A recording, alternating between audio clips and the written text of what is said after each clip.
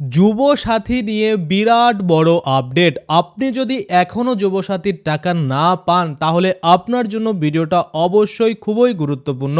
প্রথম থেকে ভিডিওটা শেষ পর্যন্ত দেখবেন, তাহলেই আপনি বুঝতে পারবেন যে কেন আপনি যুবসাথীর টাকা পাননি বা যুবসাথীর টাকা পাননি, পাবেন কি না, পেতে হলে আপনাকে কি করতে হবে। অনেকেই আছে যারা টাকা পেয়েছে, অনেকেই আছে যারা টাকা পায়নি।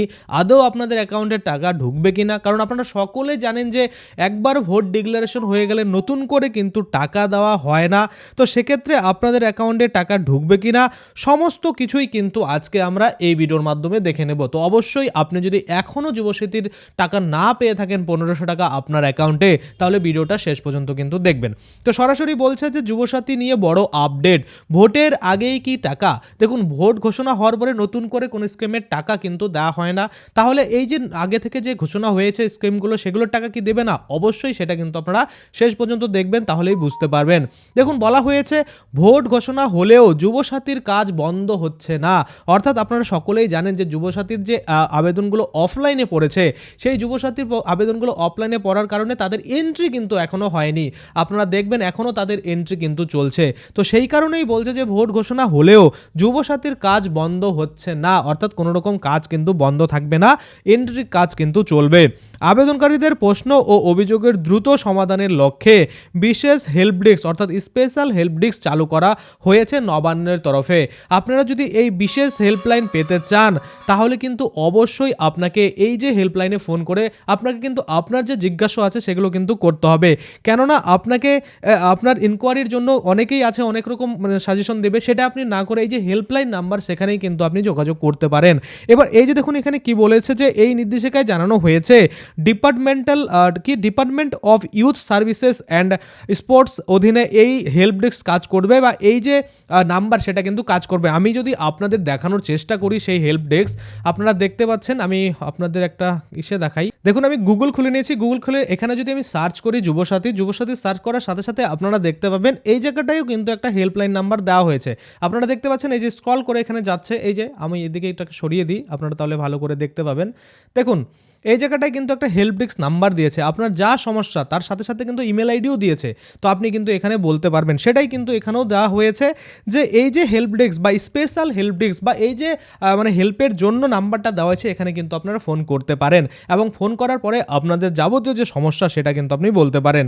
এখানে পরিষ্কার করে বলা হয়েছে যে যুবসাথীর আবেদনের অগ্রগতি, অভিযোগের নিষ্পত্তি এবং উপযুক্ত আবেদনকারীদের অ্যাকাউন্টে টাকা, মানি ইন অ্যাকাউন্ট, এই তিনটি বিষয় কিন্তু গুরুত্ব দেওয়া হবে। পরিষ্কার করে কিন্তু বলছে আবেদনকারীরা সরাসরি এই যে নাম্বারটা আপনারা স্ক্রিনে দেখতে পাচ্ছেন এবং ইমেল আইডি, এখানে কিন্তু আপনাদের অভিযোগ সরাসরি জানাতে পারেন বা ফোন করে আপনার জিজ্ঞাসা কিন্তু করতে পারেন। পরিষ্কার করে বলছে যে ফোন বা হোয়াটসঅ্যাপ করে আপনারা স্ট্যাটাস জানতে পারবেন। অনেকের ধরুন মনে হচ্ছে যে আমি ফোন করব না, স্ট্যাটাস জানবো শুধু হোয়াটসঅ্যাপের মাধ্যমে, সেক্ষেত্রেও কিন্তু হবে, আপনারা হোয়াটসঅ্যাপও কিন্তু করতে পারেন। এখানে পরিষ্কার করে কিন্তু বলছে আবেদনের স্ট্যাটাস জানানোর জন্য ব্লক বা ডিএম অফিসে দৌড়াদৌড়ি করতে হবে না। হেল্প ডেস্কের সময় সকাল 10:30 থেকে বিকেল 5:30 পর্যন্ত। শনি রবি ও সব রকম ছুটির দিন এই পরিষেবা বন্ধ থাকবে। অর্থাৎ ছুটির যে দিনগুলো রয়েছে সেই দিনগুলোতে আপনারা এই হেল্পলাইনে ফোন করে কোনো ফায়দা হবে না বা কোনো রকম সাহায্য কিন্তু আপনারা পাবেন না। কখন হেল্প পাবেন? যখন কিন্তু এই অফিস ডে থাকে বা অফিস টাইম থাকে, তখন আপনারা ফোন করবেন 10:30 থেকে 5:30 মধ্যে, এবং যে কোনো হলিডেতে কিন্তু আপনারা করবেন না। আশা করি আপনারা বুঝতে পারছেন। আচ্ছা, প্রশাসনের মতে এত অভিযোগের নিষ্পত্তি সহজ হবে। আর কিন্তু আরও একটা প্রশ্ন হলো, এপ্রিলের প্রথম সপ্তাহে কি টাকা ঢুকবে? জানা গেছে এই সপ্তাহে বাকিদের টাকা অ্যাকাউন্টে কিন্তু ঢুকে যাবে। অর্থাৎ ভোট ঘোষণা হলেও এই সপ্তাহের মধ্যেই বলা হচ্ছে যে যতজন বাকি রয়েছে এই যুবসাথীর টাকা পায়নি, তাদের কিন্তু টাকা দিয়ে দেওয়া হবে। কেননা আপনারা জানেন যে ভোট ঘোষণা হওয়ার পরে কিছু নিয়ম কিন্তু লাগু হয়ে যায় এবং সেই নিয়মকে উল্লঙ্ঘন কিন্তু কোনো রাজনৈতিক দলই করতে পারে না।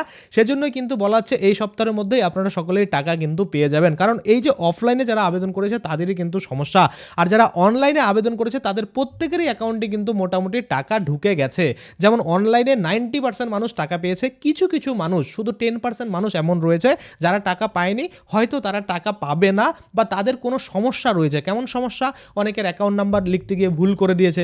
অনেকে বলছে দাদা আমি ঠিক লিখেছিলাম কিন্তু ওয়েবসাইটের ভুলের কারণে ভুল দেখাচ্ছে। হতে পারে তাদের সিস্টেমেটে ফরম্যাটে কোনো ভুল ছিল, সেক্ষেত্রে 16টা ডিজিটের জায়গায় 15টা ডিজিট দেখাচ্ছে, এরকম হতে পারে। তো সেক্ষেত্রে এই কিছু কিছু সমস্যার জন্য অনেকে টাকা পায়নি, এবং যারা যারা অনলাইনে আবেদন করেছিল ম্যাক্সিমামই কিন্তু টাকা পেয়ে গেছে 1500 টাকা করে অ্যাকাউন্টে।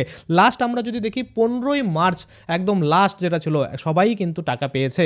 তারপরে আর কেউ টাকা পেয়েছে কিনা বা তারপরে আরও টাকা পাবে কিনা, অবশ্যই আপনি যদি 15 তারিখের পরে টাকা পেয়ে থাকেন বা অনেকেই যদি দেখেন যে আপনাদের নতুন করে SMS দিচ্ছে, তাহলে অবশ্যই কিন্তু কমেন্টে জানাবেন। আশা করি আপনারা বুঝতে পারছেন। আজকের জন্য ভিডিওটা এখানেই শেষ করছি। যদি ভিডিওটা ভালো লাগে অবশ্যই একটা লাইক করে দেবেন। যদি আমার চ্যানেলে প্রথমবার ভিজিট করে থাকেন, নিচে একটা রেড কালার সাবস্ক্রাইব বাটন দেখবেন, ওখানে ক্লিক করে সাবস্ক্রাইব করতে পারেন। আর সাথে যে বেল আইকন রয়েছে ওখানে ক্লিক করে বেল আইকনটাকে এনেবল করে দেবেন। তাতে করে কি হবে, যখনই আমি এই ধরনের কোনো ভিডিও বানাবো সেটার যে নোটিফিকেশন সেটা কিন্তু আপনার কাছে পৌঁছে যাবে। আর যদি আপনারা ফেসবুক থেকে ভিডিওটি দেখে থাকেন তাহলে অবশ্যই পেজটিকে ফলো করে নেবেন। ধন্যবাদ।